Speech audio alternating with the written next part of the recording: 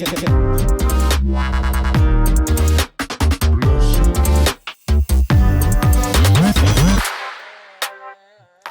really delighted to welcome Lex Farndell and Rachel Birch, who are going to be talking about how we can design and deliver for neurodiverse candidates, and in particular for autistic people. Straight up, I'd love to say a huge thank you to Rachel in particular in advance, because it's really courageous to come on a call like this and to share with us what we need to be taking into account. Already, I know from our conversations before this conference, I've learned so much from you, and I know everyone's going to get some really great insights into things that we can do to make reasonable adjustments for neurodiverse candidates that also have a really positive benefit for everybody else that's there too, for neurotypical folk in the audience.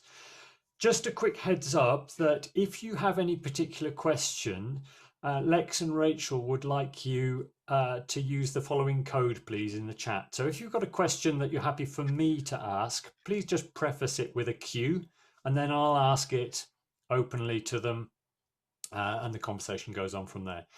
If you've got a personal question that you would like to ask them in person, just type in PQ, and then at an appropriate moment, I'll hand over to you so you can ask your question. Okay, makes sense, everyone? Excellent. So, Lex, thank you so much. Rachel, thank you so much. I'm going to hand over to you both. Thank you. So, my name's Lex Farndell, as it says underneath my face. I'm a transformation and people director, but at heart, I'm a trainer and facilitator. And at the tail end of my career, I just retired, but just before I decided to retire, I decided only to work with organisations who were out to make life better for other people. So that put me into the sphere of a lot of charities. And a couple of the charities in particular that I work with have a lot of interest in neurodiversity, one of them being Scottish Autism, another one, the Donaldson's Trust, that is the National School for the Deaf, also has an autistic centre in it, and another one is Quarriers in Scotland. It's probably one of the biggest charities, and it provides multiple services. And as you would expect from these organisations, they want to attract neurodiverse candidates to the organisation. They want to live and breathe their values. And so I had to very quickly learn, when I had quite an intense representation of neurodiverse candidates within my training, that there were adaptations to be had and to be made. So I really studied that in my face-to-face environment. And after this, if you want to get in touch and talk about face-to-face, you're absolutely welcome to do so. But I knew that the sensory acuity of autistic people is really intense. And so I would do things like go in and scan my training room. I would put the lights on and listen to see if they would buzz. If there were overhead strip lights, I would get rid of them, and I would ask for alternative lighting to be in if lighting was required. I would listen to the air conditioning. And if it was noisy, sometimes the air conditioning is a very necessary thing. You might need heat, or you may need cold, and that you may need to cool the room down. But I would pay particular attention to it, and I would get the room to temperature and then turn it off if it was really required. Another thing I would do is actually personally consider myself. We don't think about putting on a 2 ton of perfume or 2 ton of aftershave before we go into an event, but that could really assault the senses of someone with autism. So keeping like my minimum and understanding my personal impact and how I approached my candidates, and finding just that sweet spot where I was able to make things as accessible for my neurodiverse candidates as my neurotypical candidates. So I want to introduce you now to Rachel, who's come here to speak to us today. Rachel's a friend, a mentee, and also a colleague of mine from the past. So Rachel, can you just introduce yourself? Thanks very much, Lex, and thanks, Alistair, as well. So as I said, my name's Rachel Birch. I have got a bit of a variety of experience working in the field of autism. Like I've had job roles where I've provided direct support, like in support worker and practitioner roles. But I've also had a number of roles where I've been in more of a leadership and advisory capacity within the field of autism. So like being vice chair of a national autism organisation. I've done kind of consultancy and advisory work in the field of autism, and my current role is services manager at Scottish Autism. And although I've got that professional experience, which gives me a kind of bit of a background, I always say that I think the thing that qualifies me the most to sit and talk about autism and share that is that I'm autistic myself.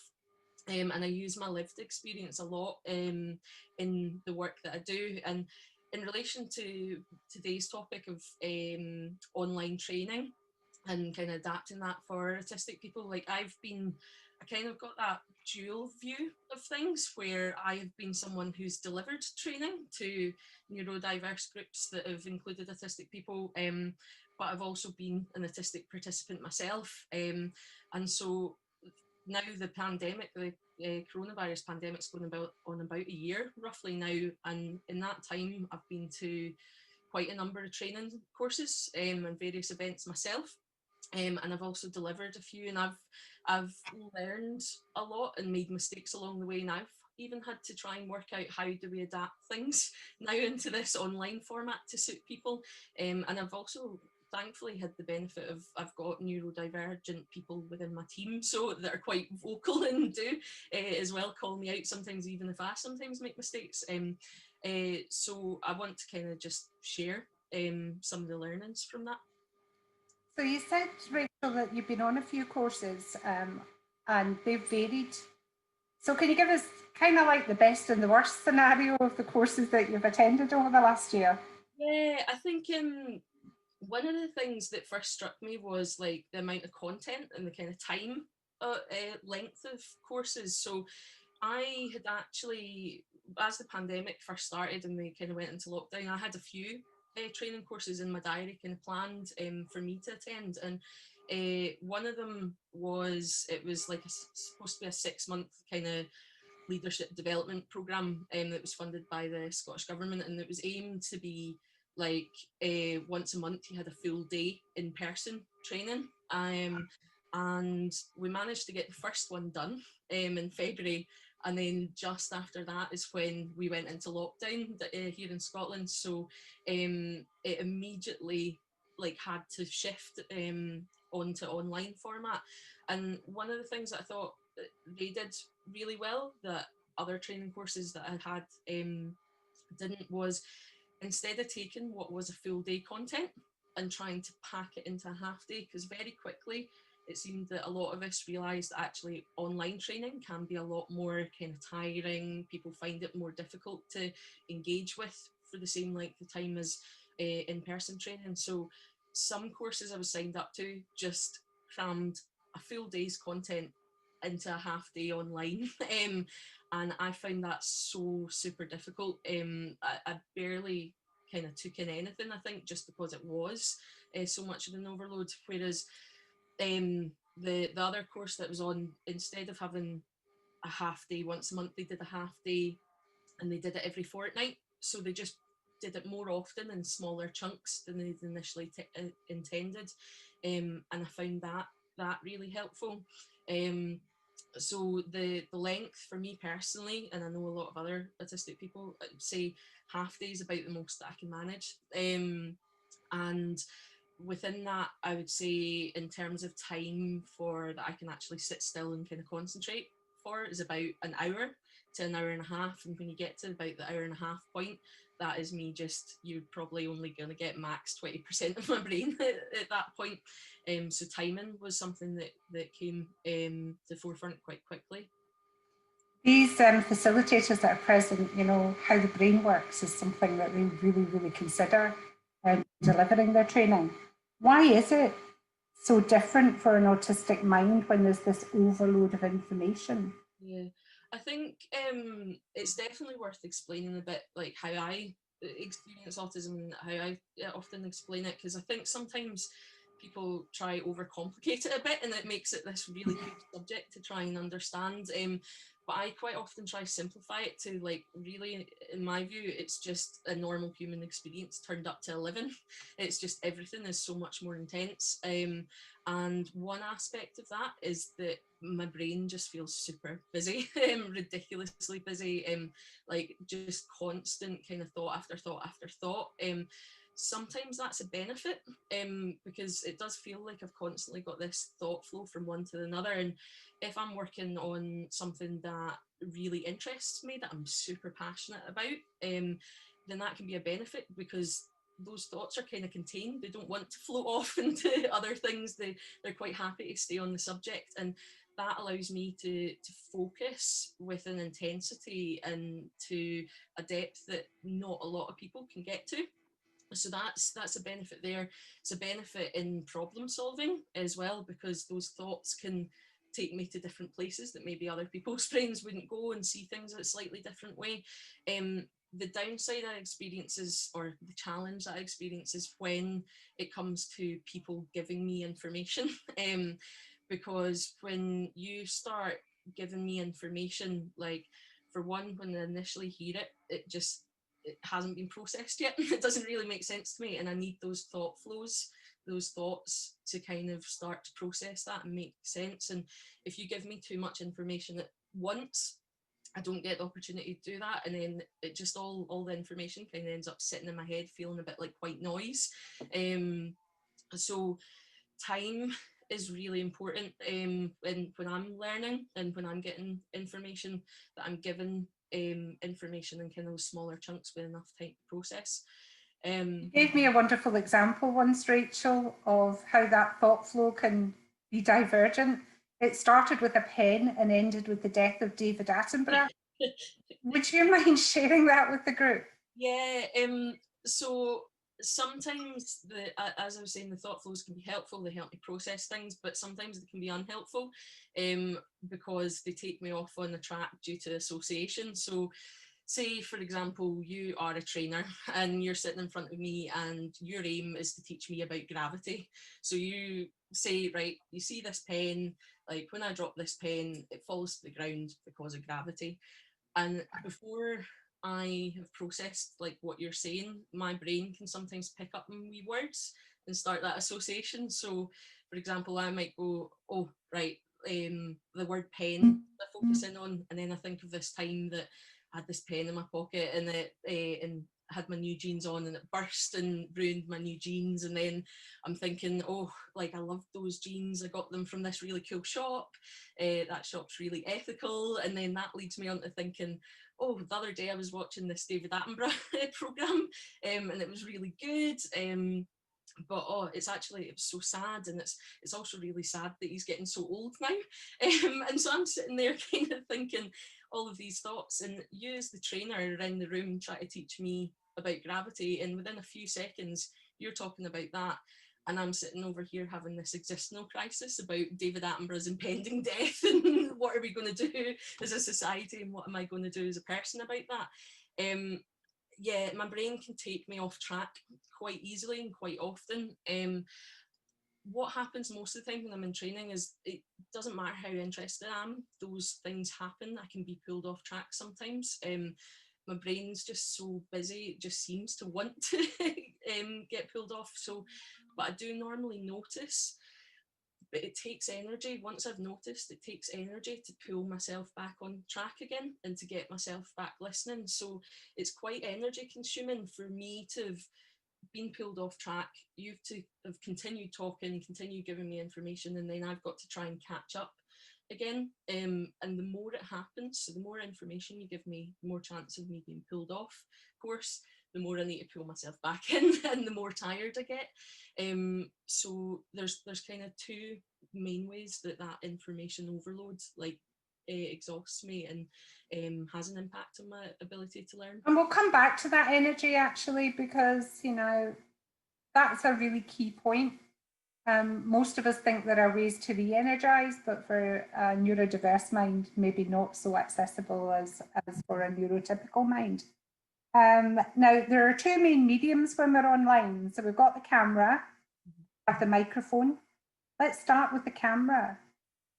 When I spoke to you about this, you said, I like to have the camera off now and again. Can you explain to everybody what that's about? Yeah, there's a couple of aspects to it. So one of them actually links to something that a lot of people, autistic people, do called masking. And if you've not heard about it or don't know anything about it in relation to autism before, people used to talk a lot about autism as like this social disorder that we had, lacking something in how we socialise. But what we're starting to know from autistic people sharing, and also from science, like from studies that are done, is that it seems actually that it's just a different way of socialising. And when, like, a lot of autistic people like myself, like when growing up, you end up, because you've got that different way of socializing and it doesn't come naturally to you to socialize with non-autistic people in the way that generally society does, it means that you can end up having a lot of quite negative social experiences. So for example, when I'm in 100% autistic spaces with other autistic people, I notice that we share really deeply and quite often focus about things that we're interested in and stuff. But if you move that to, like, say, a general school environment, if you've got a kid constantly walking up to other kids in their class just talking about what they're interested in and kind of going on chatting about it, that can result in kind of negative social experiences. So what a lot of autistic people start to do in order to try and fit in is they start just watching other people and try to learn really consciously, how are other people acting, how are other people responding, and they almost start acting rather than being just their natural selves. And that's what we start to call masking. And it's a problem because it takes so much energy.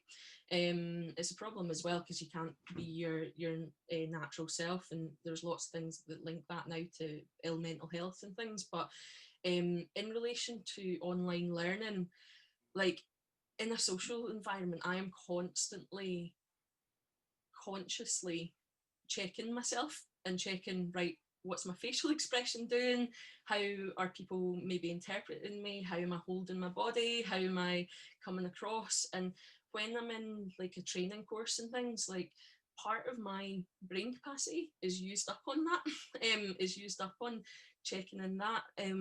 If I can have the camera off when it's not necessary to have it on, it just allows me that extra brain capacity that can actually go to listening. It just takes a bit of the load off me.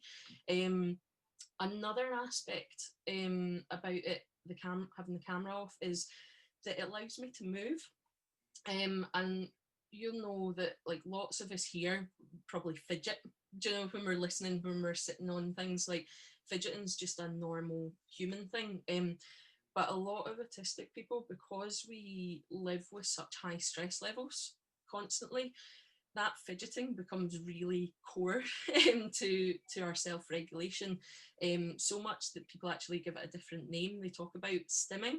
So it's just short for self-stimulatory behaviour. So, do you know, you might have seen sometimes, like, there's kind of classic examples of, like, people rocking and things that we relate to autism. So that's essentially stimming. And when I'm on a training course, like, it does take a lot out of me to sit and listen, to engage with people, to take on board things. So what can really help is being free to move. So if I have my camera off, I can, without disturbing other people or giving them vertigo, I can kind of walk around the room, I can move and things. So that's another aspect of why I feel it's helpful to have the camera off. And I'm really guilty, you know, Rachel. I ran a series of 40 workshops this year. And when the delegates would come on, I would say, oh, hi, Mark, I can see you're there. I haven't got your camera on. I actually almost default assumed that he didn't know how to put it on. I was like, there'll be a little icon. But there was a learning point where people didn't know how to use Zoom and Teams, but I forgot to leave that behind. And I was basically saying, and I think as a facilitator, I needed to see it. I needed to see that I was getting engagement, the nodding heads, the kind of feedback loop that facilitators sometimes feed off to know that they're on the right track. Yeah, and I can really appreciate that because I've been there myself. As I said, like,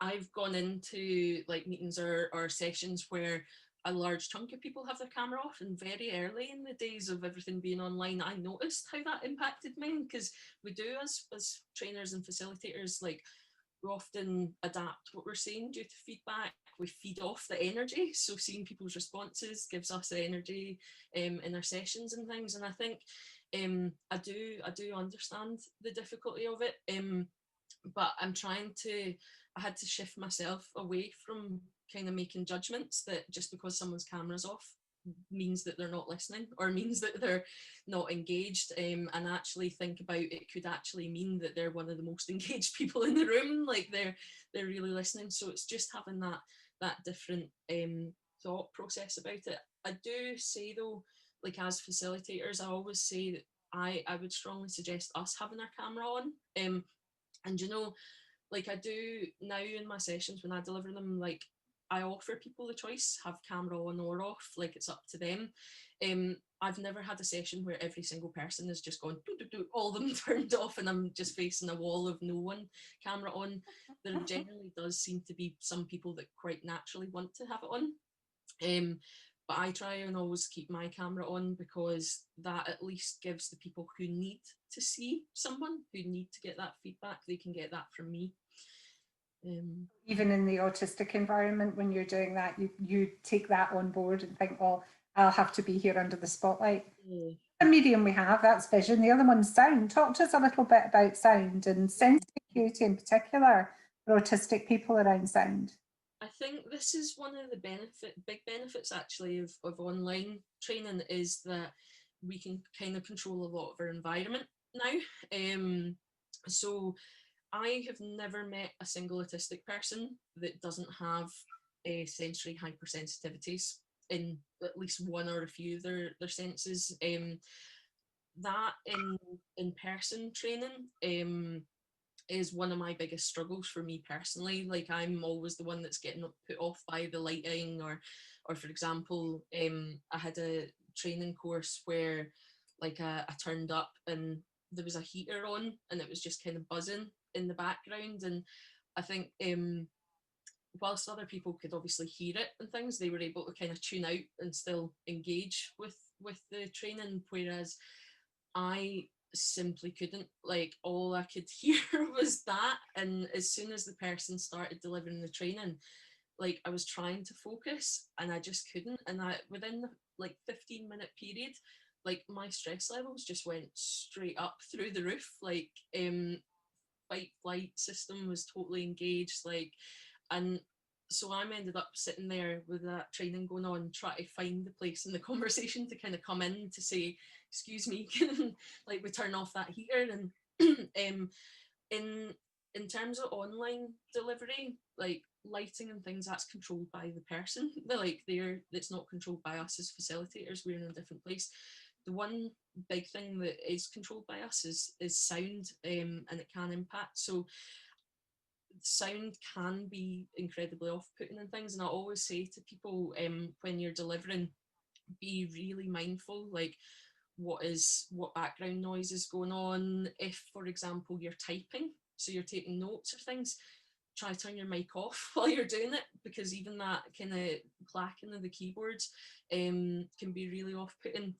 And in terms of just getting good sound quality and things, like, some computers and things can do it, but often headsets and things are really good for isolating. So just in terms of online delivery, just being aware of that sensory hypersensitivity, and just try to limit anything that can put them off. I was fascinated when you spoke about, waiting for that moment to be able to talk about the heater, and that going on such a long time for you. Whereas a neurotypical person could say, oh, look, stop, that heater's driving me mad. Can you just, like, do something about it? But how I would explain that is, a neurotypical mind, it's a bit like crossing a busy road. We're able to weave in and out of the traffic. We sometimes step in front of a car and in conversation that we'll be talking over someone, but we're able to sort of pull ourselves back. But a neurodiverse mind is standing politely waiting for the green man so that they can cross the road. So what I tend to do is, before I even start a session face-to-face, I'll say, listen, is everybody comfortable? Is there anything in here that's distracting anyone? it's just that momentary pause to consider and allow people to interject, particularly when you were talking about the pen scenario. You know, we stick on topic, but I would never move off topic now without reviewing that everybody's got sort of just a very, very quick recap. Doesn't take a lot of time, but I also say if anybody wants to speak to me at the end more in depth about any one of those things, then feel free to hand back, or if you didn't quite get something that's going to stop you moving on, you know, don't be shy, just stick your hands up. So how about online? How do you interject online then? Yeah, I find it harder, much harder. I find it hard enough in person. I find it even harder online. Like I know you've been in a number of courses and things with me now, Lex, and like you've seen me both online and in person, and I think you now pick up from my face and things when I'm sitting thinking of something and try to come in. But it's I find it more difficult online because there's less kind of body language cues and things, and I kind of quite often find myself either judging it wrong and interrupting someone or kind of being too cautious and just letting the conversation go by me, and by the time I find a slot to fit in, like the conversation's moved on, so what I wanted to say is now totally irrelevant to where we are. So I think although it's harder naturally online, there are functions that are really good for helping that.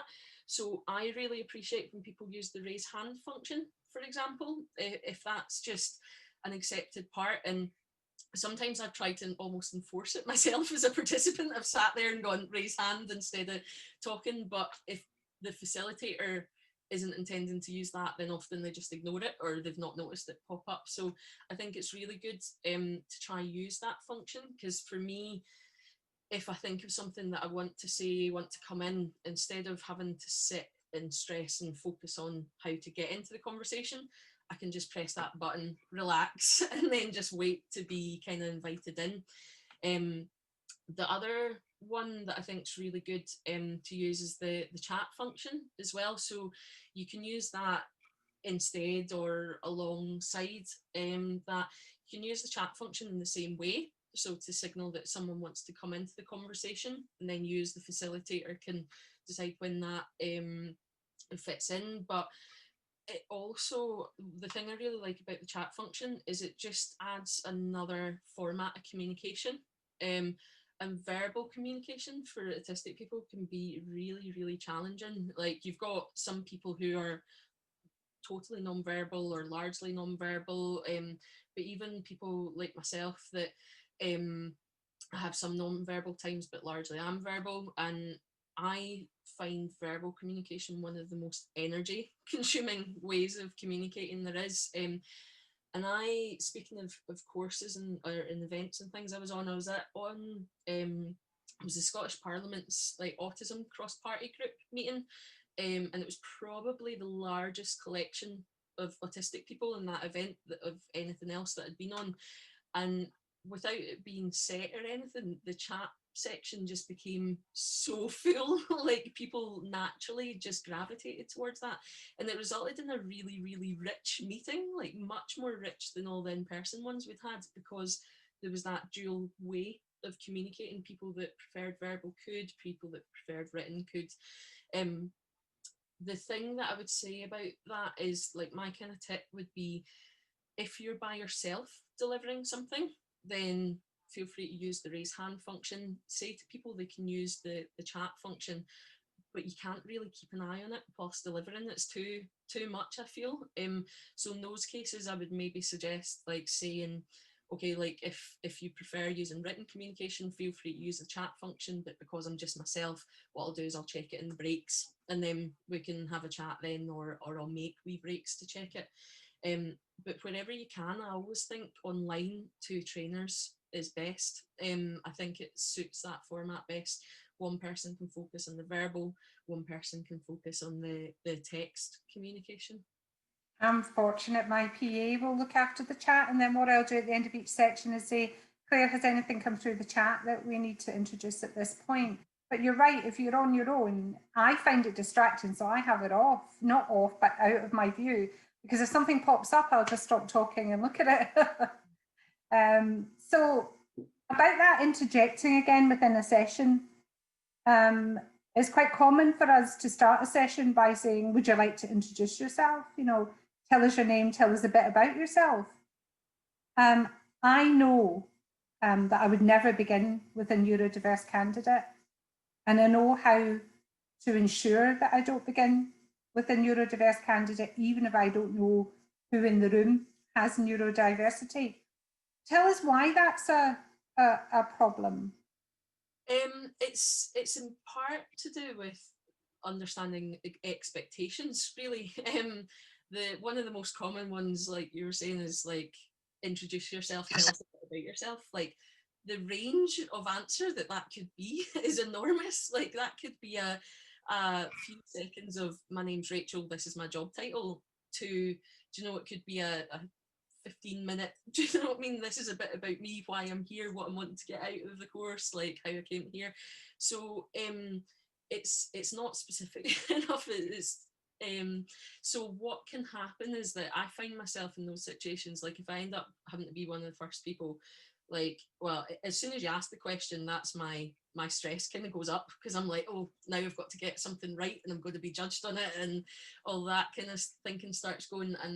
And then if I'm one of the first people, like I could potentially over speak, so say too much, and then maybe the trainer has to then stop me and kind of go, all right, like thanks for that, but for time we need to move on. And instantly that's me going, oh right, I did something wrong, and then I go into myself and I might not engage, do you know what I mean, with the session as much later on. What I tend to do is actually under share, so do just a wee quick thing, and then when it comes on to other people and they share more, I kind of feel like I've almost missed out, because I do want to share, it's just I'm trying to match it to what I think you want of me. So I think what can really help, and we can't in sessions kind of go, right, okay, put up your hand who's autistic, or do you know what I mean, right, okay, then we'll put you to the last of the queue and things. But what you can do, and I think it was a really good point when we were chatting about this earlier, Lex, like you noted that if you just ask, like if you give an example yourself first and then you ask who wants to go first, like the people that jump in first will be the extroverted people that are quite happy to chat, or I think you'd said they hate the silence. Yeah, do you know what? As a trainer, when I first started, I hated silence. I would ask a question. If no one answered it in 2 seconds, I'd give the bloody answer myself. It just tortured me. And I find that, yeah, if you say, who would like to go first? You're either going to get your happy to, because I'm quite happy to chat, or those that can't tolerate the silence. Yeah.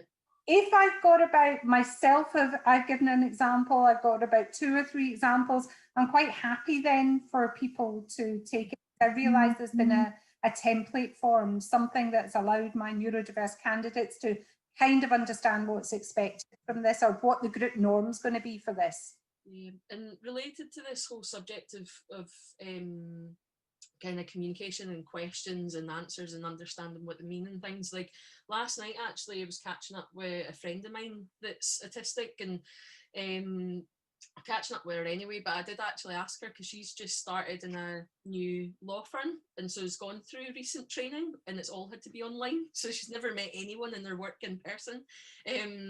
But I checked in with her just that some of the things I popped up was going to speak about today. She felt the same, and would have helped her. And the only other wee thing that she mentioned was that, like, she related it to this language part, is that, like, not just in questions that we ask, so tell us a bit about yourself is such a general question, but it's also in the information that we give, just or answers that we give. For autistic people, the more specific you can be, the better, because the less room there is for interpretation and the less room there is for confusion or to maybe take the wrong interpretation. So being aware of the kind of language that you use as well is really helpful. And I'm also really careful that, you know, sometimes a facilitator will ask a question and then their mind will make us supplement that and throw out a different question.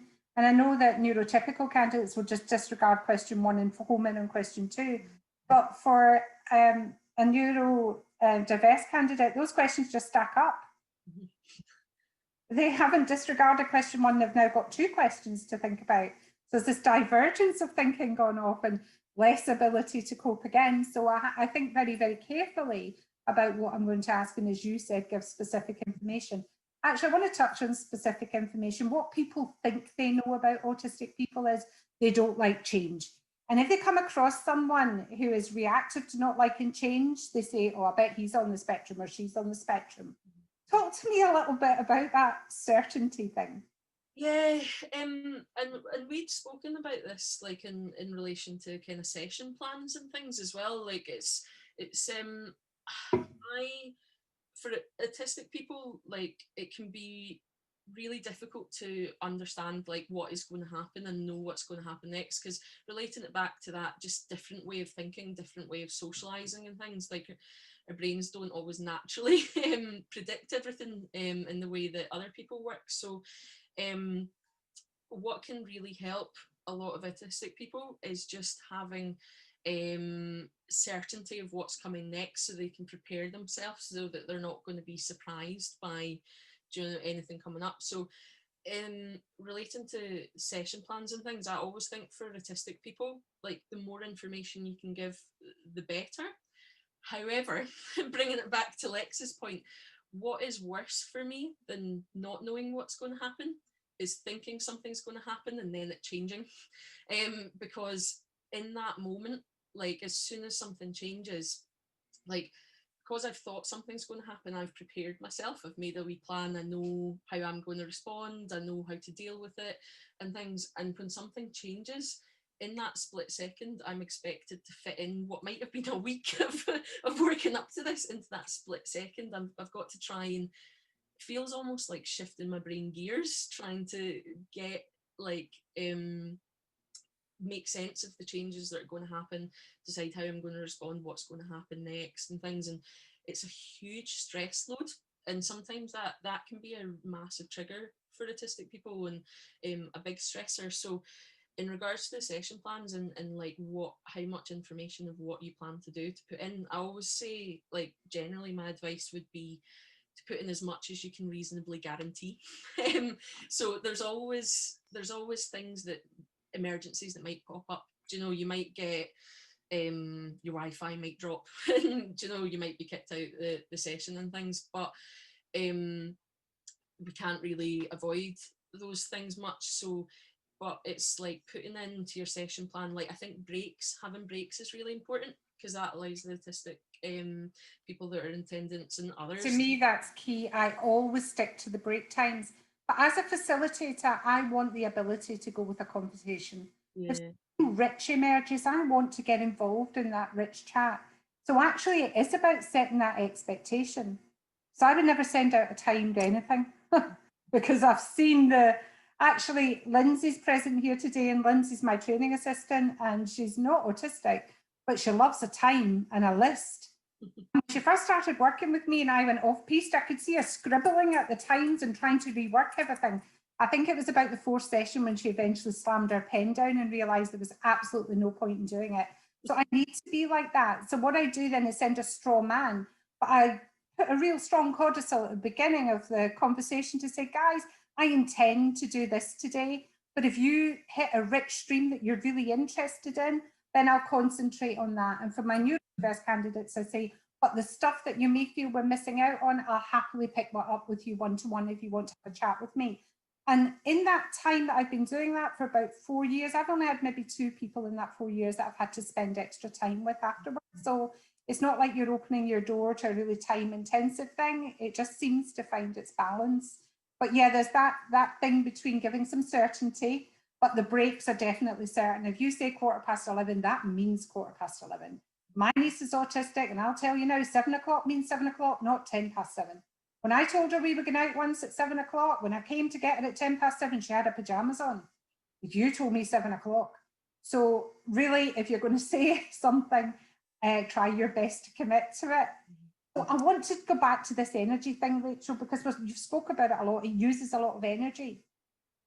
And so as an extroverted person, I've been on a course with Kevin once, and it was so dire that Kevin and I went out of the room afterwards, and you could hear the laughter in the corridor But what we were doing was energizing each other, just really carrying on and building it all back up again. Tell me how that's different for someone with autism, that energy management. Yeah, I think it's so many of the ways that we're expected to engage in the world like don't come naturally, so take a lot of energy. So many of the things are really stressful. For example, if we can't predict what's going to happen next, it's stressful because there can be constant risk of things popping up. Being hypersensitive in your senses is stressful because you're constantly fighting that kind of overwhelm and things. So there's a lot of different aspects, and then also I think just how busy our brains are is quite exhausting at times naturally in itself. So I find that things generally take a lot more effort, and training is one of them. Like I really need to be mindful when I sign up for courses and things. I need to be mindful of my energy levels and how much energy that course is going to take me, and I need to plan that in my week, because I've been to like full day or multiple full day courses and things, and at the end of them, like I'm end up completely non-verbal. Like I literally don't have energy left to transfer my thoughts into words anymore, like to speak. Like have to just come home, lie in a dark room and that's me. Like, do you know, I've That even spoon analogy you shared with me, it's I was able to understand that. yeah, there's something that's worth looking up. It's called spoon theory, and it's not like a theory in a proper kind of scientific thing, but it was this person that they wrote it not about autism, but they wrote it about people who live with chronic conditions. And it was their way of explaining how people with chronic conditions have to manage their energy. But the autistic community have picked it up massively. So now you hear a lot of autistic people speaking to each other going, oh, I can't do that, I've got no spoons left and things. And so what it is that it was just the person described that how they felt it was that every day they wake up and they start the day with 10 spoons. And so each task that they have to do is going to cost a different number of spoons. So a shower might just be like 2 spoons, but sitting in the work meeting might be 3, do you know? And they've got to plan out their day not by, oh, what can I fit into my day by time?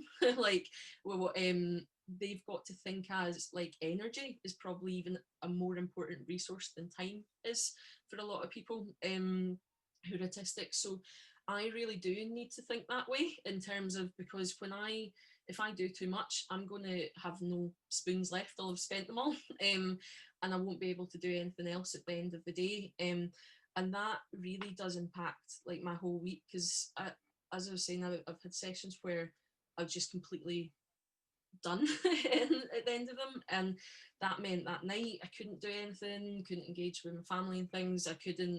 It even impacted my work the next day, or even in extreme cases for the rest of the week. Like it really.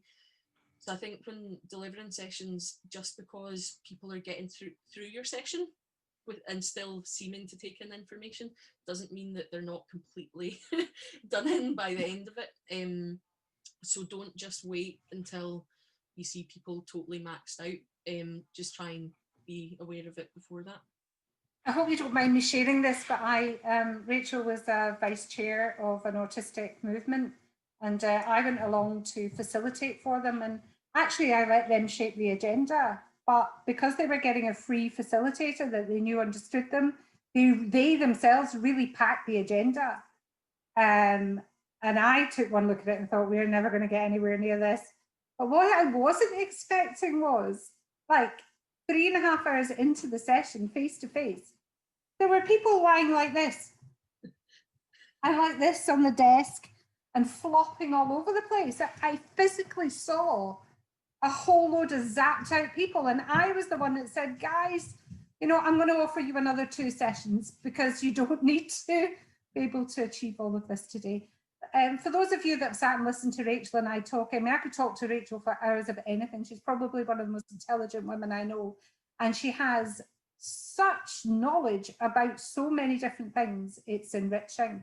But I realise that some of you may have some questions now. So if you want to just join in, ask us then, ask Rachel anything, ask me as a facilitator anything, I mean, please feel free. Fantastic. I've got one here for you, Rachel, and that is, would it be okay as a facilitator to ask if anyone needs any adjustments to then let me know personally in the chat, so it's done privately to the facilitator? Yeah, I think this goes back to, I would say you really should start at your kind of session plan when you're sending out that like welcome pack and that first information, because the things I've spoken about today, one, are the kind of core main things that I think we've got time enough to chat about today.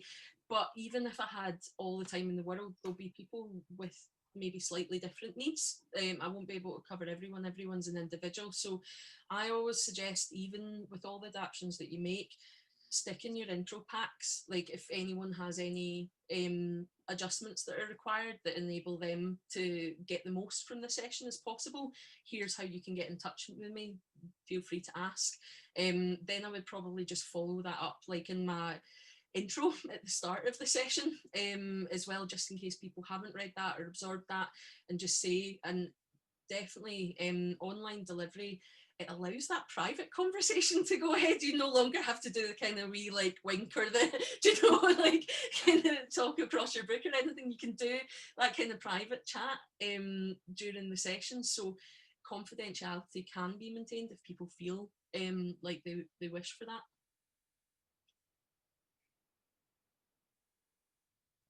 That's really useful. Thank you very much indeed. Notice also, everyone, the language that Rachel uses in terms of how she's putting that offer out there, in terms of the adjustments that could reasonably help them. Can you just repeat exactly what you said, Yeah, Rachel? Because I think the language choice is actually very important here. yeah, I just said that if there's any adjustments that would like enable people to get the most from the session, and I think that language is quite an important thing, and I think I do put a lot of focus onto it because there's historically, like with autism, for example, it's historically been a non-autistic person observing an autistic person and writing from the outside a description of what they see and what they think autism is and things. And we're now starting to get a bit of a shift where actually the internet allows autistic communities to exist and communicate very easily. We're starting to get people describing their experience themselves, and so people are starting to show, and research is starting to show, that it's actually, autism is a bit different than we previously thought, and that it's not just this deficit based thing, it is just different. So I always try and make sure that with autism or any kind of condition, like I always try and focus difference. You know, it's society that makes it a barrier or a challenge. It's not actually the person themselves and the condition themselves. I think what's key to also understand today as facilitators, this is really not a nice to have. If you want to continue with big companies and businesses, it's a need to have.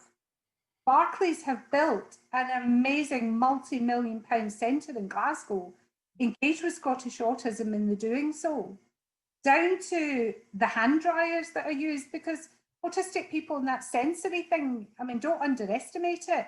And they put in what they thought was the fancy pants hand dryer. And of course, when the autistic person went in, they were like, oh, well, if you want to freak them all out, that's what you want to use. You probably want this more gentle one. And there is neurodiverse managers now, and within the HR department, they're open to having neurodiverse employees, and they want to work with companies and organizations that are proud or easy or happy to say, I'm neurodiverse friendly. You know, I can deal with all of your candidates. And it's a struggle for them. They've had to learn how to interview for neurodiversity, how to performance manage for neurodiversity, how to integrate. How do you know, could you say as a facilitator today that you would know how to integrate a neurodiverse person into a team? And you may be an expert in team bonding and team building. So for me, understanding this stuff is going to be key in giving you a business edge going forward, let alone just a nice to have to be able to say, well, or to make these adjustments. So what Rachel and I want to offer is anyone that's attended this session, if you want more information, go through Alistair, but yeah, we'll happily talk to you about how you can say with confidence that you're able to run workshops that are really inclusive for neurodiverse candidates. And I think just the important quick thing to add to that is, like, if you adapt for like autistic and other neurodivergent people, like, I've noticed that actually you help everyone. Do you know, it's you might enable accessibility, you might enable participation for autistic people, but you probably make it a nicer experience for everyone.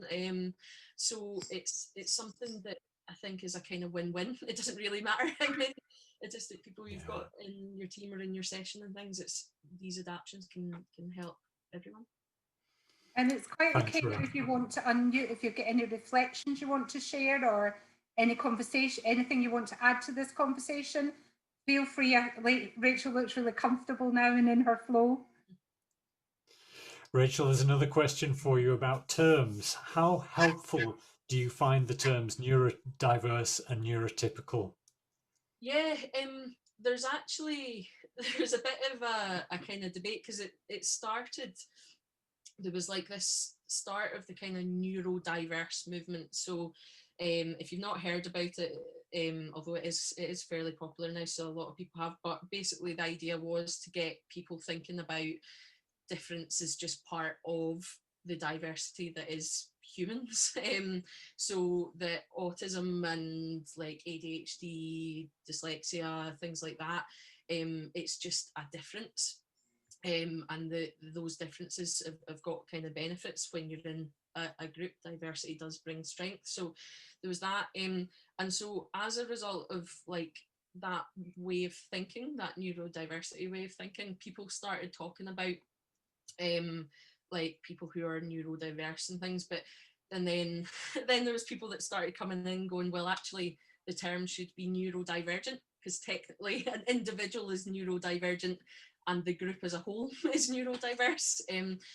It's to how helpful I find them. I personally, as an autistic person, like I like to talk about neurodiversity. I think talking about neurodivergent people is helpful because it's not that negative label. Do you know, I've got commonalities as an autistic person. I've got commonalities with people who are ADHD, who, do you know, have a variety of other kind of neurodivergent conditions. So it allows our community to be a bit bigger and to impact more people.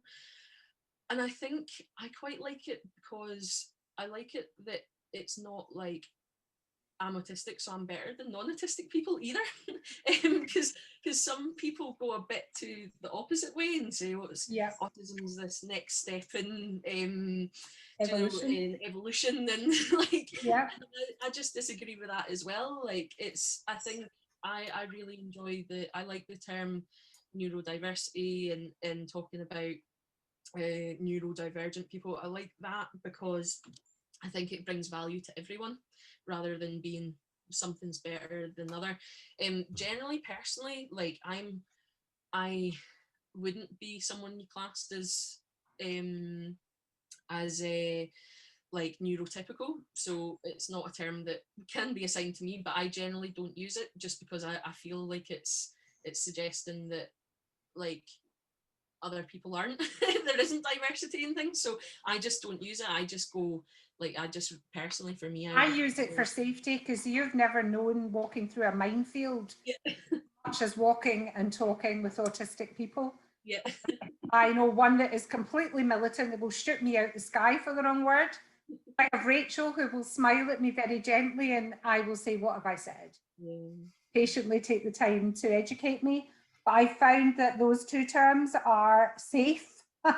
They're safe ones. You're not going to offend, but you're not going to be on trend. And Rachel's very on trend. But if I use neurotypical and neurodiverse, then I'm not going to upset anybody. I think there was that movement for a while from coloured people, and then you have to say black, and people of a certain age got very, very confused. I use those two terms because the two ones that I'm safe to use, and I know that nobody's going to get offended. Yeah, totally. But what I have found actually is those that will shoot you out the sky, they're few and far between.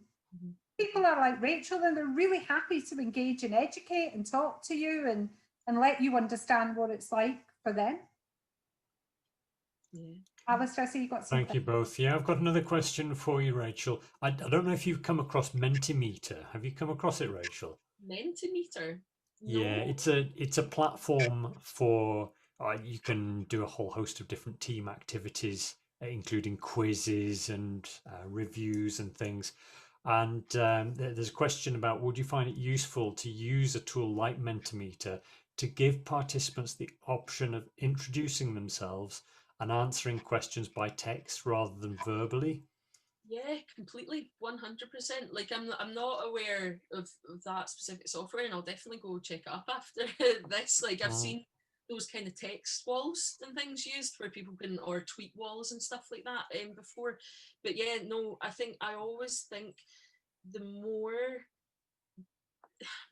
different ways of engagement that you can provide, the more accessible your session is going to be, and the more richness you'll get out of it, because the more that people are able to engage, the more that they're able to go, the more they'll take away from the session, but the nicer experience it will be for everyone, because it will be really rich in different viewpoints and things. So always, if you've got other methods of increasing accessibility and giving different ways of engagement, then 100% I would say go for it.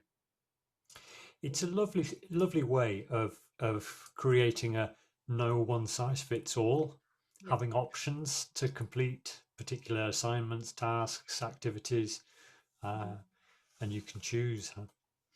There's another question about communicating and being comfortable. Virtual training often adds to options by way of chat, by way of using tools like Mentimeter and so on. But what can be done face to face to give more non-verbal opportunities and freedom as well? When let's hope at some stage we can get back face Rachel, to do you face. mind if I just pick up this just slightly? Completely. Something that we worked on together, but from the facilitator's perspective, it might be a bit clearer to explain. You know, when you're in the brain-friendly environment, you could do things like, you know, stand in front of a partner and tell them something you admired about them in this week. If you're team building, you may ask someone to verbally talk to someone else.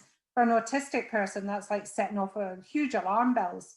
So it's about you going back to your brain-friendly roots, actually. So for example, I did a team building event, which Rachel was part of, and this team was quite split. So it really had to be gelled, because although there were like maybe two openly autistic people, potentially one not out, as we would say, and then we had maybe 3 or 4 candidates that were neurotypical. And in order for them to show appreciation for each other, I was going back to the brain-friendly roots. It was like giving them all a paper cup and saying, could you decorate this for someone else? And then tell them why you chose the art that you put onto the cup. And that gave them a vehicle then to link onto and understand that actually I can do this. So Rachel made a beautiful cup for another woman. And the woman was so pleased to hear it. But if I'd have asked Rachel, tell me what you admire about this woman, that would have been horrendous. That would have been just like, you know, a catatonic freeze for her. Other things like that introduction where you want them to know more about each other. Again, you can use art. I use a poster and I give them tons of magazines and I say, look, go cut some stuff out, put it onto the poster and tell us, and use that to tell us a bit about yourself. And autistic candidates or autistic participants don't mind that at all, because they are now in control of the information. They can pull stuff from magazines and decide what it is they want to share. So I would always say, go back to your brain-friendly roots and look for that alternative way that isn't necessarily going to put your autistic person on the spot with a, go ahead and do this thing. Because even in role play, Rachel will not take part in any role play. No. She won't accept it. It's not real. And she'll just giggle the whole way through and she'll just not be able to do any of it. So Lindsay and I do role play by proxy, where we play it out and they get to control the action, if you like. So I would say go back to your brain-friendly roots. Yeah, definitely. And I think one of the things to take from this period of time is that, like, at the start of the pandemic, I was just trying to do what I did in person online. And then once I kind of got all transferred, I was like, actually, here's a good chance to just shake it totally up. Like, we don't need to be replicating it. Use the technology in all the different ways you can think. And I think when we go back to in person, we need to not just then go straight back to what we were doing before. Like, we've now all had these experiences of technology, so there isn't a reason why, do you know, if you've got chat functions before, why can't you use chat amongst your in-person session? Do you know what I mean? Use it to supplement it and things. So there's things to think about how we can continue to do things a bit differently and mix it up as we go forward. Super. Well, thank you, Rachel and Lex, so much. A huge, well, big thank you from me to you. I'm sure from everybody who's had the opportunity to join for this session. It's been illuminating. It's been rich. Everyone will be taking away some great insights that are going to be very helpful as they move into the future. I'm just going to take you off spotlight. And Lex too, if I can. There we go. No problem, and thanks to everyone for coming along as well. We really appreciate it. Thank you also for the offer of follow-up. So if anyone does have questions that they'd like to check out, do feel free to get in touch. Yeah, I think once we do go back to a new normal where we do have some face-to-face contact, this period is going to give us so much richness to take forward into that next normal that it's going to be helpful for everyone, for sure. And been able to say, as I said earlier, that in your proposals that you have tools for neurodiverse candidates could be the thing that differentiates you from the next provider. Absolutely. And so really do take us up on our offer, because we could only touch on it today, but we have a wealth of stuff that we're able to share. Thank you so much for listening to us. Thank you so much, both of you. Appreciate it. Thank you, Rachel. Just a heads up that the last in our session in the conference is this evening at 5 o'clock with Graham, who's going to be looking at how to add impact to virtual presentations and training. So I know that'll be amazing. But in the meantime, thank you, both of you. Thank you, everyone, for joining. Have a great rest of the day. And for those of you joining at 5 o'clock, look forward to seeing you then.